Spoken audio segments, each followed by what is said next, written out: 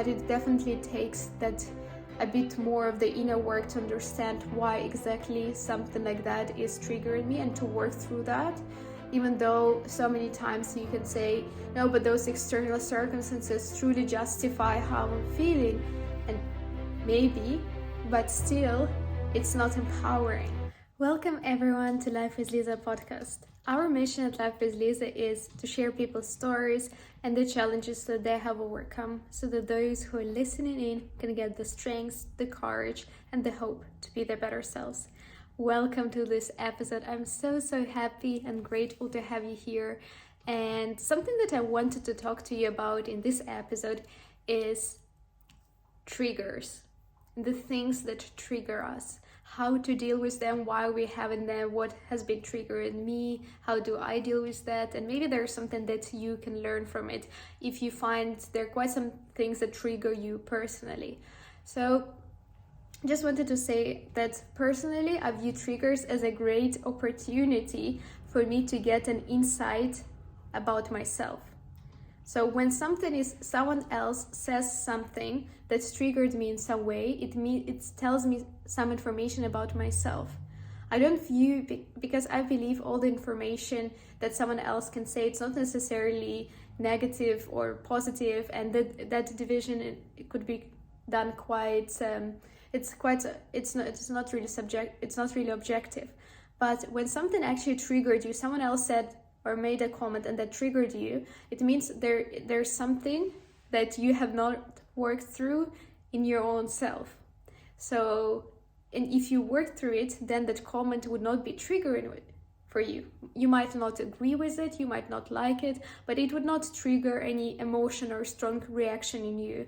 And I find that very powerful, because I feel like in this modern age, we just look a lot to create a safe environment instead of taking control of our own emotional states by ourselves and actually saying it's not someone else's fault if something is triggering us. We have control our own emotional reactions, and we can just not be triggered instead of blaming others for making us triggered.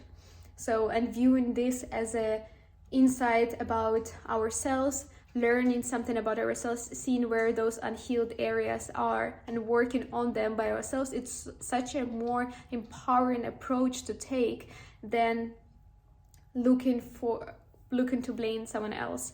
And I think this is just in general taking this approach of everything is my fault.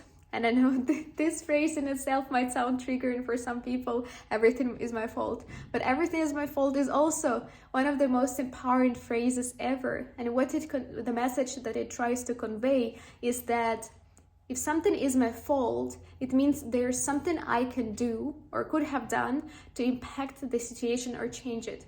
If you say it's not my fault at all, it means there's nothing you can do to change the situation, to make it better or worse. And how disempowering is that? If there's nothing you can do to change the situation. So that's what you're saying when you're saying it's not my fault. Maybe it's not your direct fault, but there was something that you could have done differently. Once you start thinking in those terms, it's a way more empowering mindset.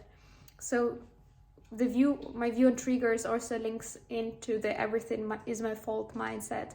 Once I looked through that lens, I realized that triggers are nothing but a mirror that just shows me something unhealed in myself that I can just dive deeper in and heal it.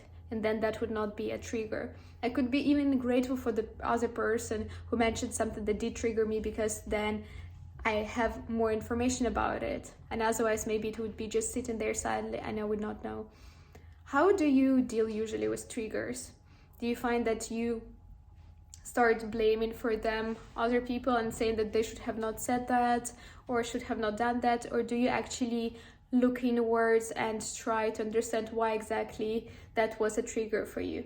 And I find also with some deeper issues, it could be quite helpful to journal or meditate on them, because that would maybe help you unveil where is it come from, and maybe to just dig deeper to find what is that root cause.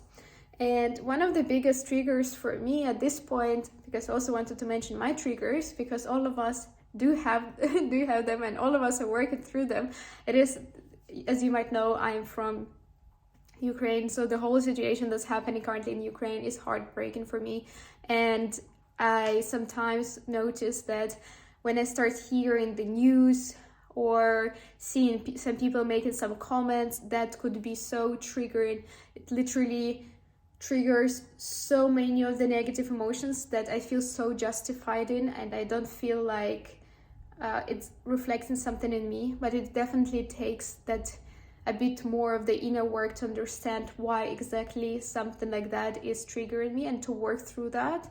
Even though so many times you can say, no, but those external circumstances truly justify how I'm feeling, and maybe, but still, it's not empowering. You cannot give your power away by saying it's some external circumstances. Take it back and see how you can, what you can do yourself. How can you impact the situation? How can you rewrite the story? How can you see it in a different light for you to not get triggered? That is a way more empowering approach. I hope you enjoyed listening to this almost like controversial topic these days, of how you should be taking back your own power, and you should own your triggers and not get triggered and work through them. And if you did enjoy this episode, please be sure to subscribe to this channel, to like this video, share it with someone else, and I see you in the next episode.